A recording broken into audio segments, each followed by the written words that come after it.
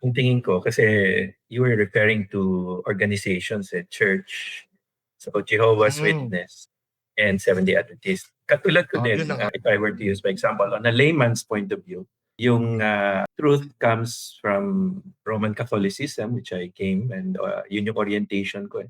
And then I became a Seventh-day Adventist for quite a number of Oo. time. And then now, as just like you, I found truth as a born again. Now, correct me if I'm wrong, kayong dalawa, you can comment.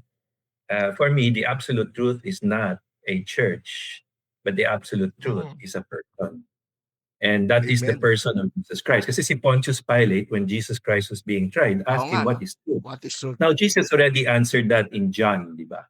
Sabi niya nga, I am the way, the truth, and the life, And life. and no one can come to the Father except through me. So, if you will see Jesus Christ is a very special kind of person kasi nga, siya yung connection natin to the Father. So, if we're talking about truth in terms of human understanding, hindi natin masasagot yon kasi nga, may perception, may practical, may theological. Yeah. Pero ang absolute truth na kung babasahin natin based on the words of our Savior, our King and our Lord, is that He is that person. So kaya nga salvation is a Ayan. relational Tama. thing. It's no longer what you believe is truth when what you do, Tama. but rather who. Hindi siya what, it's who.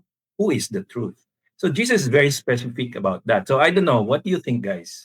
Brother Jigs? Brother Toto, I acknowledge, I subscribe your point of view, because pag sinabi kasing absolute truth for me, Brother Ronald, is based on principles, okay?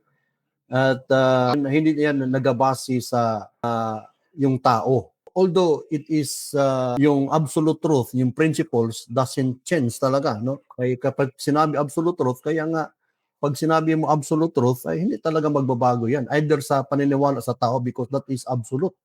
No? Kaya nga absolute, Brother Ronald, kasi based on principles, hindi Totoo nagbabago. yan. Totoo. Alright. Hindi, tama yung sinabi ni Jesus, di ba? I am the same yesterday, today, and forever. So God never changes. So person siya. Hindi siya tao na tayo kasi katulad anybody here, like si Papa Dritz, were you born a Seventh-day Adventist, Papa Dritz? No, Brother Toto, no. There you go. So the three of us have something in common which we will agree. Perception was based on what was yung orientation. So, nung nagkaroon ka ng bagong orientation tapos may basis ka, nagbago yung truth sa'yo sa iyong paniniwala and understanding. Pero itong sinasabi ni Pastor Ron, and I would also say the same for me, we did not find it in a church. We found it in a person. Kaya nga, the truth was pointing towards the person who saved us, gave his life, and sabi niya as a ransom. So when it comes to practices, there is a variety of practices, cultural, at tapos yun nga, and then we also have our own internal study and beliefs. Yung iba malalim ang pag-aaral, iba ang pagsusunod, iba mababaw ang pag-aaral, pero iba rin ang pagsusunod. Di ko masabing one is greater than the other. However, what equalizes all believers and followers of Jesus Christ, whether young or old, early Christian, young Christian, baby Christian, or matured Christian, is the fact that the salvation part only belongs to the truth. And it's not a what, it is a who. Kaya nga, sabi ni Jesus is, I am the way, the truth, and the life. So now, if you're connected with Jesus Christ, whether you're all over the world, anywhere you will be found in a cave, under the sea, or above a mountain, the universality of Jesus Christ overcomes all orientations when it comes to truth. Kaya nga, like for example, si Paul, he tried to explain it, that there's no division among the body of Christ. There's neither Jew nor Greek, nor woman or man, nor free or slave, young or old, all are one in Christ. So when it comes to truthfulness, there is no truth except Jesus Christ. Kaya nga, I don't know if you guys believe, that salvation is a relational thing. It's not a practice. You don't practice to be saved. You're saved so that you may be able to practice along the way the truth that Jesus Christ has been teaching to make you become a disciple, or yun nga, to be able to disciple the world to point to Jesus Christ. Kasi there's no church, I think we will agree that there is no church that will be able to save a person, di ba? If I were a member and say, member ako ng ganito kaya masisave ako You can't say that to God, but you can always say that because of your Son, Jesus Christ, who did everything for me, and that's the only thing that brings me back to reconcile with you. You did it for me. You began a good work in me. You'll be faithful to complete it. So truth for me, and correct me if I'm wrong, you can challenge what I'm saying, is a person. Amen. Doon tayo nakakonect actually, hindi sa church. The body of Christ is spiritual no? Iba yung concept kasi ng Protestant, Christians, born again, ibang concept natin sa church. Ang local church it only represents the invisible church, the body of Christ. Hindi natin alam kung sino sila. It is only God who knows them, no? Ang concept namin ngayon sa salvation, we are saved first before God put us into His church. Sinave ka muna kasi you cannot belong to a church kung hindi ka saved. Kaya siguro ganun din lang pareho ang concept mo, Brother Jason, no? Hindi Wala ka sa naniniwala membership. ng 7 days. Wala sa membership Yeah. Kasi Hindi sa pwedeng membership ng 7 days. member ka pero hindi ka naman Kasi kung church membership lang, mag-member na tayo ng lahat ng churches. Ano masasabi doon, Brother Briggs? Alright, yung sinabi ko kanina, Brother Ronald, doon ako doon because we are not exclusivist, no? But the group of believers as what we call this organized church is very important in our days ngayon. At alam naman natin based on Ephesians and Thessalonians ay mayroong tinatawag na group doon na as a one body, okay? As a church, as an organization.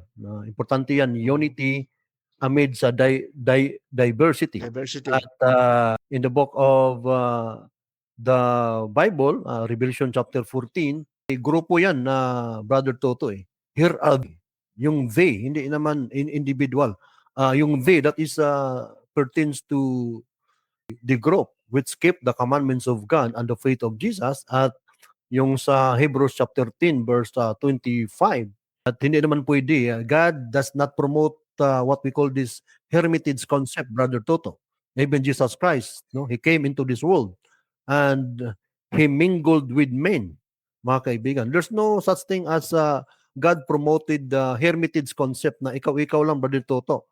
Kayo lang dalawa ni Pastor Ronald, Brother Ronald Ubidos. Walang ganon. The Bible does not promote hermitage concept. Sabi ng Biblia na hindi pabayaan ang pagtitipon. That is a form of Corporate body. worship. Organized body yan, Brother Toto. So, hindi ko dinidiin yung... misinterpret niya yung sinabi ko. It's not talking Mhm. about being alone. It's talking about universality. Kaya nga nabanggit ko na a church is not an organized and registered body. Local It's actually a universal institution. church. Universal siya in the sense na kahit sa bundok ka, hindi ka let's say nakaka-attend ng any for that matter group, kahit nasa tribe ka ng Africa na hindi ka inabot ng whatever organized church, pero the gospel is very dynamic.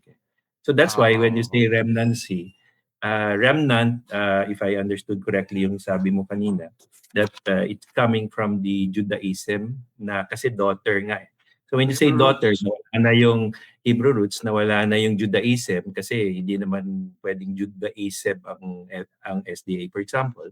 Pero you follow the principles of Judaism. So yes, that's one branch. Pero if you were to say, and I agree with you, na hindi exclusive ang SDA, inclusive kayo. So that means you also believe in the practice of universality when it comes to salvation. Kasi nga, hindi natin mako-cover ang buong mundo just like that if you are just one organization. Now, if you claim remnancy and you say that we are the only ones who have the absolute truth, if you were to say that, but I don't think you believe that, then it limits the work of God when it comes to nakafocus lang siya sa isang entity. But actually, before 1844, God was already working from the time of the apostles, starting with Jerusalem, and it spread out to Samaria, to Judea, and to the end of the world, ends of the edge of the world, to the whole world. So even today, if you were to say na, and the gospel will be preached to all the world and then the end would come. So the case, if that's the truth, hindi pa dadating si Jesus Christ because gospel means to be preached to every nation, tribe, and tongue. So if you say that the Adventist is already, the Seventh-day Adventist is preaching the gospel to all the nations, how long will it take? So that means if the Adventist would say, we've covered the whole world, but Jesus has not yet come. So that's also something that people will ask.